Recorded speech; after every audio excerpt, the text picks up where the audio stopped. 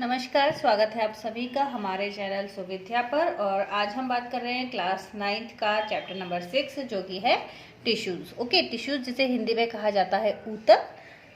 Line से पढ़ते हैं हम पूरा चैप्टर ताकि क्लास में आपको एनसीईआरटी की किताब में एक भी टॉपिक या एक भी पॉइंट आपसे छूटे ना।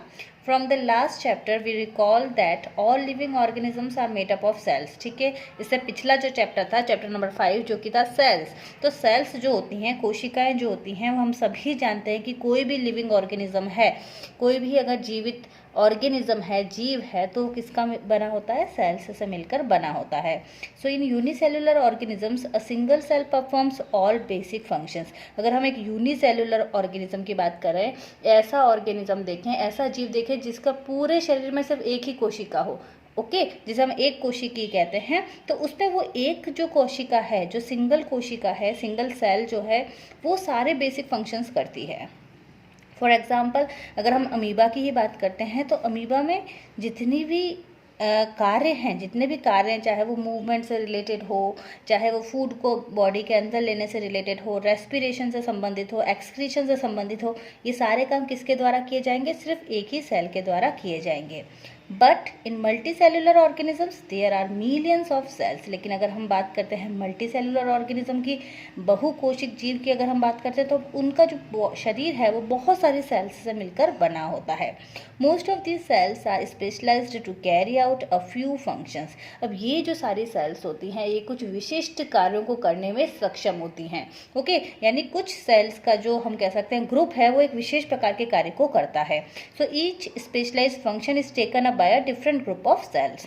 Since these cells carry out only a particular function, इसका मतलब कुछ सेल्स जो है वो कुछ विशेष कार्य को ही बहुत अच्छे तरीके से करने में सक्षम होंगी। ऐसा नहीं है कि एक सेल श्वसन का काम भी कर रही है, वही सेल जो है मल्टी सेलुलर ऑर्गेनिज्म की हम बात कर रहे हैं, वही नर्व सेल की तरह भी काम कर रही है, ऐसा नहीं होता। कुछ सेल का समूह है जो कंप्लीट उसका काम मैसेंजर की तरह होगा, कुछ सेल्स का जो ग्रुप है उनका काम एक्सक्रीशन में होगा। तो इस प्रकार से कुछ स्पेसिफिक जो सेल्स हैं वो स्पेसिफिक पर्टिकुलर फंक्शंस को परफॉर्म करती हैं। They do it very efficiently, बहुत एफिशिएंटली यानी दक्षतापूर्वक ये सारे काम होते हैं कोशिका के द्वारा। In human beings muscle cells contract and relax to cause movement. Okay, अगर आप मसल सेल्स की बात करते हैं तो ये जो मसल सेल्स होती हैं, जो हमारी पेशी कोशिकाएं जो होती हैं, वो क्या होती हैं? रिलैक्स होती हैं, फैलती हैं और सिकुड़ती रहती हैं। तो ये जो मूवमेंट होता है ये भी कुछ सेल्स के ग्रुप के द्वारा होता है। ओके, इसी के साथ जो ब्लड फ्लो होता है, ऑक्सीजन का ट्रांसपोर्टेशन होता है, फूड ट्रांसपोर्टेशन, हार्मोन्स और वेस्ट मटेरियल्स, इन सब का ट्रांसपोर्टेशन में भी कुछ सेल्स जो है वो काम करती हैं। In plants vascular tissues conduct food and water from one plant to other part of the plant. अगर आप बात करें वैस्कुलर टिश्यूज़ की, वैस्कुलर टिश्यूज़ क्या होते हैं? वैस्कुलर टिश्यूज़ होते हैं जाइलम और फ्लोएम। जाइलम का फंक्शन क्या होगा? हमेशा वाटर का मूवमेंट, वाटर को रूट से लेकर कंप्लीट बॉडी पार्ट्स तक पहुंचाने का काम जो होता है वो जाइलम का होता है। और फ्लोएम जो है वो फूड जो बन जाता है उसको बॉडी के पार्ट्स तक पहुंचाने का काम होता है। तो अगर हम प्लांट्स की बात करते हैं तो ये जो वैस्कुलर टिश्यूज़ हैं वो काम करेंगे प्लांट्स में, और एनिमल्स में भी बहुत तरह के टिश्यूज़ प्रेजेंट होते हैं। टिश्यूज़ क्या होते हैं ये भी हम अभी देख लेंगे। So multi cellular organism should show division of labour. इसका मतलब क्या है? जो मल्टी सेलुलर ऑर्गेनिज्म है उनमें क्या दिखाई देता है? श्रम विभाजन होता है, यानी division of labour. Cell specialising in one function are often grouped together in the body. अगर हम बात करते हैं जो सेल्स होती हैं वो स्पेशलाइज्ड होती हैं, हम कह सकते हैं कि अलग अलग कार्य को करने के लिए संपन्न दक्ष होती हैं और हमेशा एक ग्रुप में पाई जाती हैं, ये हम कह सकते हैं। तो ये जो ग्रुप है सेल्स का, यही ग्रुप क्या कहलाता है? This is called as tissues. So the cluster of cells is called as tissue which is arranged and designed so as to give the highest possible efficiency of the functions. Okay, so blood, phloem, muscles all are the examples of tissues. So यहाँ पर complete definition आ गई है। अभी तक हम introductory part देख रहे थे। A group of cells that are similar in structure and or work together to achieve a particular function form a tissue। Okay, तो यहाँ पर आपकी कंप्लीट हम कह सकते हैं कि डेफिनेशन जो है टिश्यू की वो आ चुकी है कि ये क्या है, ग्रुप ऑफ सेल्स। हम कह सकते हैं कि this is a group of cells, okay, जो क्या करता है, साथ में वर्क करता है ताकि एक स्पेसिफिक फंक्शन जो है वो पूरा हो सके, चाहे वो फंक्शन रेस्पिरेशन से रिलेटेड हो, चाहे वो फंक्शन एक्सक्रीशन से संबंधित हो।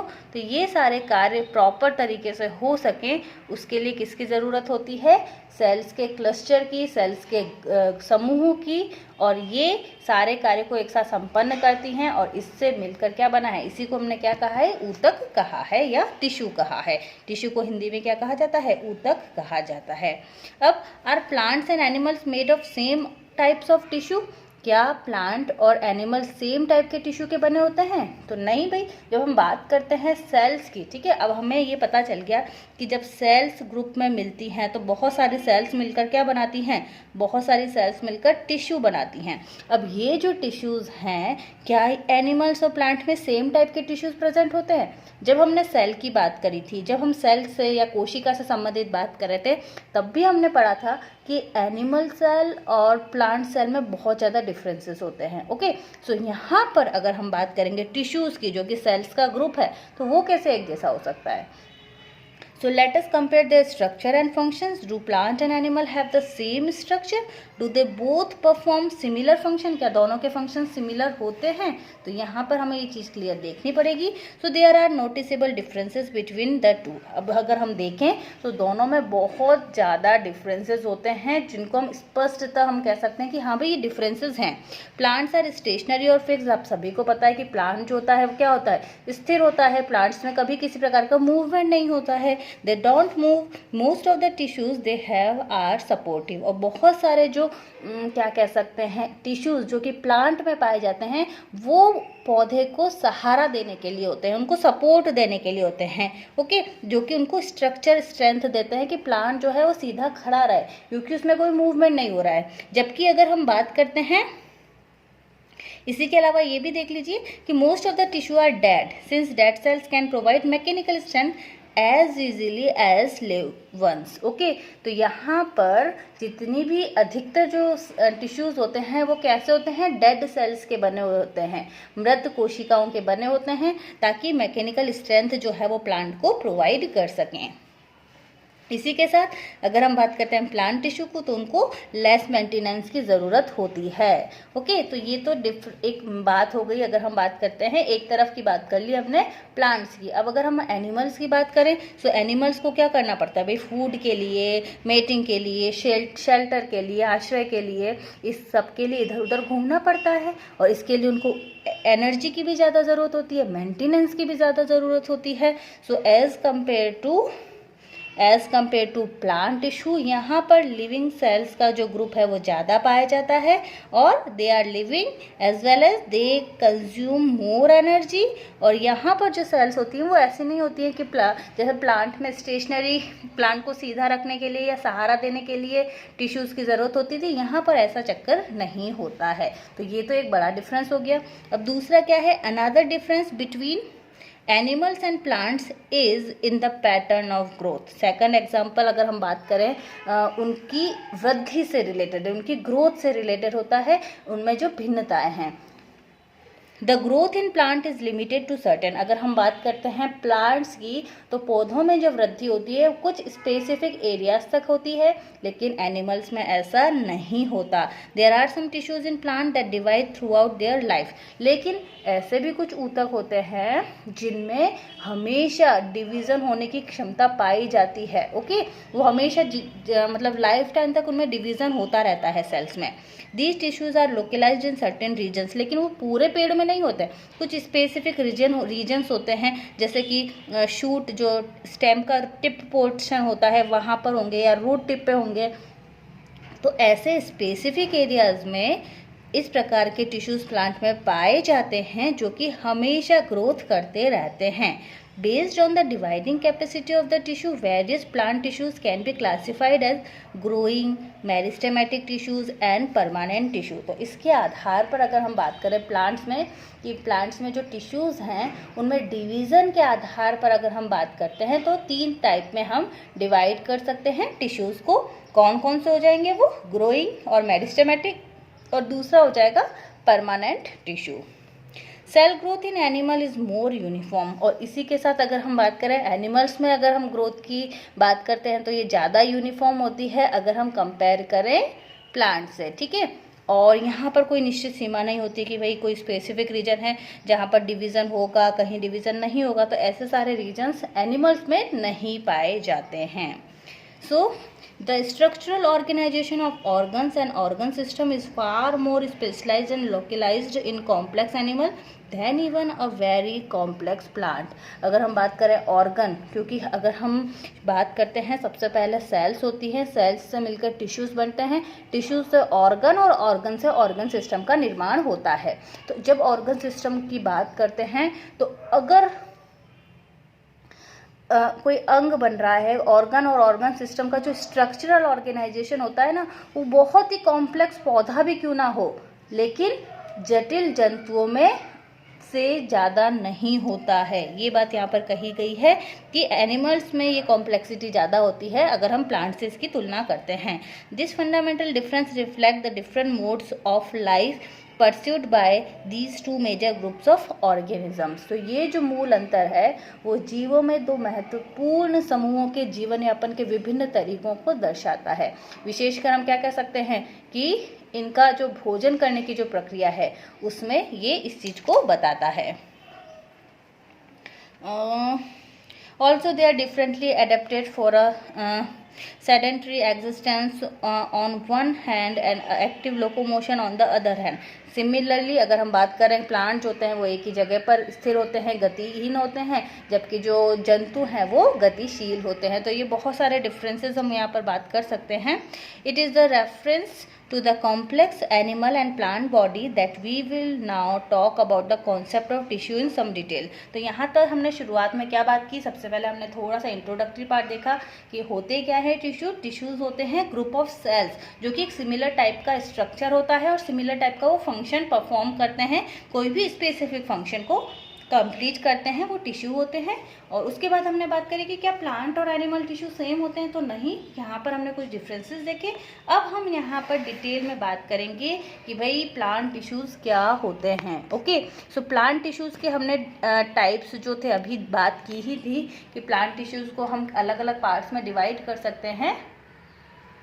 तो यहाँ पर 3 क्वेश्चंस हैं, सॉरी 2 क्वेश्चन ही हैं कि टिश्यू क्या है, आप सभी समझ गए हैं, what do you mean by tissue. और सेकंड है बहुकोशिक जीवों में ऊतकों का क्या उपयोग है। टिश्यूज़ क्यों इंपॉर्टेंट है मल्टी सेलुलर ऑर्गेनिज्म में। यूनिसेलुलर ऑर्गेनिज्म में टिश्यूज़ नहीं होते क्योंकि उनकी एक ही सेल सारे काम कर लेगी, लेकिन मल्टी सेलुलर ऑर्गेनिज्म में सेल्स जो होती हैं वो क्या करती हैं, उनमें डिवीज़न ऑफ लेबर पाया जाता है और इस आधार पर वो टिश्यूज़ का जो बहुत ही बड़ा रोल है वो रोल आपको बताना है, जो कि हम अभी पूरा पढ़ चुके हैं।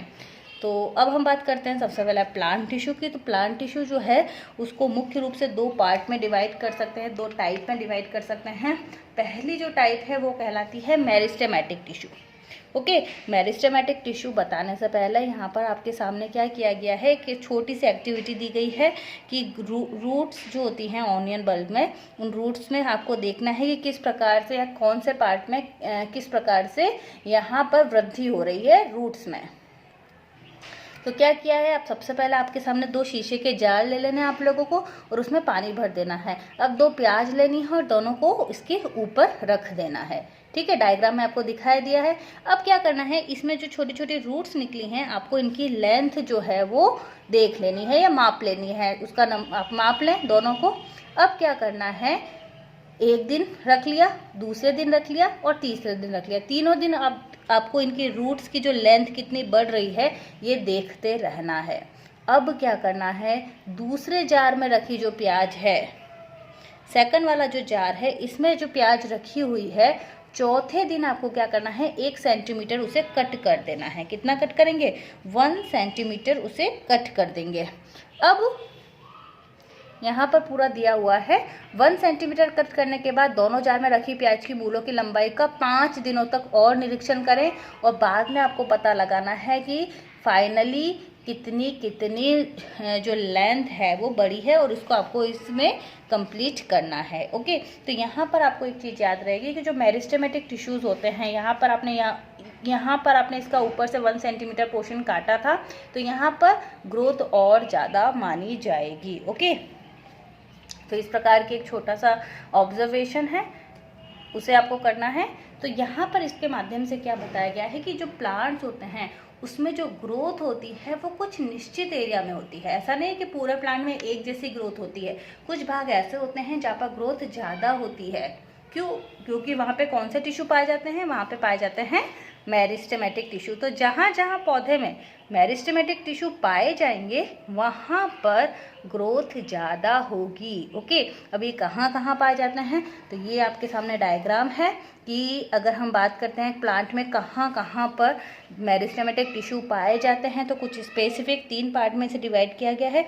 एक होता है लैटरल मेरिस्टेम, एक होता है इंटरकैलरी मेरिस्टेम और एक होता है एपिकल मेरिस्टेम। तो ये 3 पार्ट हैं। कुछ स्पेसिफिक रीजन है जहाँ पर मेरिस्टेमेटिक टिश्यूज़ जो हैं वो पाए जाते हैं, तो ये आपको याद रखना पड़ेगा। ओके, देखिए, apical meristem is present and growing tip of stem and root. ठीक है, एपिकल मेरिस्टेम कहाँ पाया जाता है, ग्रोइंग रूट्स और स्टेम पर। Okay, tip of the stem and tip of the root पर एपिकल मेरिस्टेम पाया जाता है।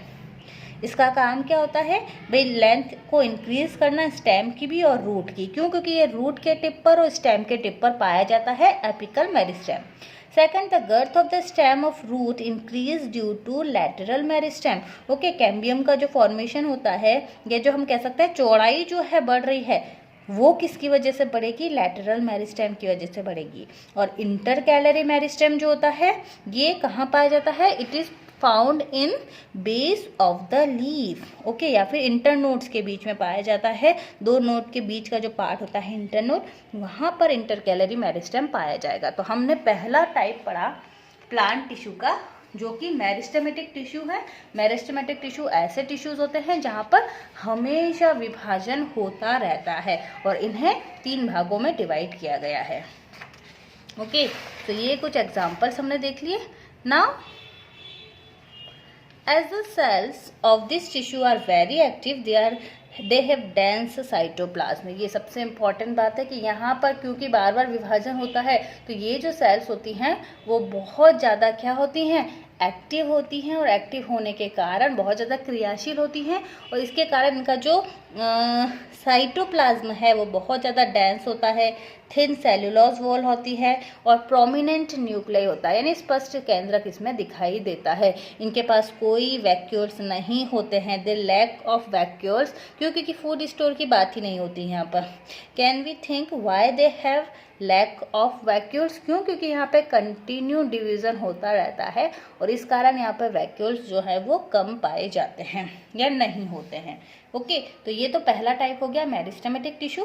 सेकंड हम देख लेते हैं परमानेंट टिश्यू। परमानेंट टिश्यू का मतलब क्या होगा कि हमने अभी बात की कि मेरिस्टेमेटिक टिश्यूज जो हैं वो बन गई, ठीक है। अब उनका बनने के बाद उनका होता क्या है, तो एक टाइम ऐसा आता है कि ये जो मेरिस्टेमेटिक टिश्यू हमने पढ़े थे वो विभाजित हो होकर डिवीज़न करने की जो इनकी कैपेसिटी होती है वो ख़त्म हो जाती है। और जब मेरिस्टेमेटिक टिश्यू की डिवाइड होने की कैपेसिटी कम हो जाए या ख़त्म हो जाए, तब बनते हैं permanent tissue. Okay, so as a result they form a permanent tissue. कब बनते हैं, when they loss the ability to divide. जब उनमें डिवीज़न की क्षमता खत्म हो जाएगी तब उनमें क्या बनेगा, तब दे मेक परमानेंट टिश्यू। अब परमानेंट टिश्यू जो हैं, ये एक दो छोटी छोटी बातें हैं इसमें कि ये एक तो विशेष प्रकार की होती हैं, इनमें डिफ्रेंशिएशन और ज़्यादा नहीं होता है। ये एक दो चीज़ें आपको याद रखनी होगी। और कैसे डिफरेंस है ये भी हम पढ़ लेते हैं। देखिए, इसे भी वापस दो टाइप में बांटा गया है। पहला हो जाएगा सिंपल परमानेंट टिश्यू और दूसरा हो जाएगा कॉम्प्लेक्स परमानेंट टिश्यू। ओके, तो सिंपल परमानेंट टिश्यू क्या है, सिंपल परमानेंट टिश्यू जो है कहाँ होता है, a few layers of the cells form a basic packing of tissue. These tissue is parenchyma, a type of permanent tissue. ठीक है, अब सिंपल परमानेंट टिश्यू के मुख्य रूप से 3 भाग हैं, आप याद कर लें, पेरेनकाइमा, कॉलेनकाइमा और स्क्लेरेनकाइमा. ओके, ये सिंपल परमानेंट टिश्यूज़ के टाइप हो जाएंगे. सो ये सिंपल टिश्यू में पहला एग्जाम्पल आपका दिया हुआ है कि एपिडर्मिस के नीचे जो है कुछ सेल्स पाई जाती हैं जिन्हें सिंपल परमानेंट टिश्यू कहा जाता है और सबसे ज़्यादा पाई जाती है पेरेनकाइमा. ओके, पेरेनकाइमा एकदम सिंपल कोशिकाओं की बनी होती हैं, ये लिविंग सेल्स होती हैं. और इसके बारे में जो कंप्लीट डिफरेंस है हम अभी मैं आपको बता दूंगी अगली क्लास में इससे रिलेटेड क्वेश्चन आंसर्स में. तो अभी आप इतना याद कर लें कि सिंपल परमानेंट टिश्यू 3 प्रकार के हैं. पहला आपका हो जाएगा पेरेनकाइमा. ओके, एंड कभी कभी कुछ सिचुएशन में क्लोरोफिल भी पाया जाता है जो कि फोटोसिंथेसिस का काम करता है. उस कंडीशन में से क्या कहा जाएगा, क्लोरेनकाइमा कहा जाएगा. तो ये कुछ बातें हैं, किताब सही है, ठीक है. सो इन एक्वेटिक प्लांट्स, और कुछ एक्वेटिक प्लांट में बड़े बड़े कैविटी पाई जाती है, तो वहाँ पर फ्लोटिंग करने के लिए कि पानी जो है, पानी में प्लांट डूब ना जाए, उत्प्लावकता बनी रहे, तो ऐसे पेरेनकाइमा को क्या कहा जाता है, एरेनकाइमा कहा जाता है. ओके, सेकंड जो होता है प्लांट को फ्लेक्सिबिलिटी प्रदान करने वाला जो टिश्यू है परमानेंट टिश्यू, वो क्या होता है, कॉलेनकाइमा. तो कॉलेनकाइमा का फंक्शन क्या है, पौधे को फ्लेक्सिबिलिटी प्रोवाइड करना. ओके, आपने देखा होगा कि आप पत्ती को थोड़ा सा हिलाते डुलाते हो तो थोड़ी सी बैंड हो रही है, बिना टूटे कई बार हल्की हल्की बैंड हो जाती है, मुड़ जाती है. तो प्लांट को मैकेनिकल सपोर्ट कौन से टिश्यू प्रोवाइड करते हैं, कॉलेनकाइमा प्रोवाइड करवाते हैं. It also provides mechanical support to the plants. We can find this tissue in leaf stalks below the epidermis. ठीक है, लीफ में आप देख सकते हैं. और तीसरा जो इम्पोर्टेंट पार्ट है वो क्या होता है, तीसरा जो होता है प्लांट को बहुत ज़्यादा हम कह सकते हैं मजबूती प्रदान करता है ये. ठीक है, प्लांट को हार्ड बनाने का काम करता है. आपने अगर हस्क ऑफ कोकोनट देखा है तो that is the example of sclerenchyma. So sclerenchymatous tissues के ये बने होते हैं, और ये जो टिश्यूज़ होते हैं मोस्टली डेड होते हैं. तो अगर हम बात करते हैं पेरेनकाइमा टिश्यूज़ की तो वो लिविंग सेल्स होती हैं, लेकिन अगर हम बात करते हैं स्क्लेरेनकाइमा टिश्यूज़ तो ये डेड सेल्स होती हैं. ये चीज़ आपको याद रखनी है. और इसके अलावा एपिडर्मिस के बारे में थोड़ा सा यहाँ पर डिटेल दी गई है. एपिडर्मल सेल्स क्या होती हैं, जैसे एपिडर्मस क्या है, एपिडर्मस यानी आउटर सरफेस. अगर हम हमारे ह्यूमन बॉडी की बात करते हैं तो हमारी बॉडी के अंदर इतने सारे पार्ट्स हैं, उन सबको बाहर से किसने ढक रखा है, ये जो स्किन है ये एपिडर्मिस की तरह काम कर रही है. ऐसे ही अगर हम बात करते हैं एपिडर्मल सेल्स जो होती हैं उस function is water absorption, commonly bear long hair like parts that greatly increase the total absorption surface of area. In some plants like desert plants epidermis has a thick waxy coating of cutin. तो उनके ऊपर क्या होता है, पूरे plant के ऊपर एक क्यूटिन की हम कह सकते हैं कि वैक्सी कोटिंग होती है जो प्लांट को बचाती है या उसका प्रोटेक्शन करने के लिए काम आती है. ओके, सो ये प्रोटेक्टिव टिश्यू है जो कि कहीं कुछ चेंजेस के साथ अलग अलग प्लांट्स में पाया जाता है. ये चीज़ आपको याद रखनी है. तो ये सिंपल टिश्यूज जो हैं, सिंपल परमानेंट टिश्यू 3 टाइप के हुए, पेरेनकाइमा, कॉलेनकाइमा और स्क्लेरेनकाइमा. फिर अगर हम कॉम्प्लेक्स परमानेंट टिश्यू की बात करें तो ये 2 टाइप के होंगे, जाइलम और फ्लोएम. ये चीज़ आपको याद रखनी है. जाइलम और फ्लोएम क्या है, कॉम्प्लेक्स परमानेंट टिश्यूज़ हैं. सो इनके बारे में डिटेल में हम अगली क्लास में बात करेंगे. बहुत बहुत धन्यवाद. सुविद्या चैनल को आप सब्सक्राइब कर लीजिएगा जो भी न्यू स्टूडेंट्स हैं. टेक केयर, ध्यान रखें अपना.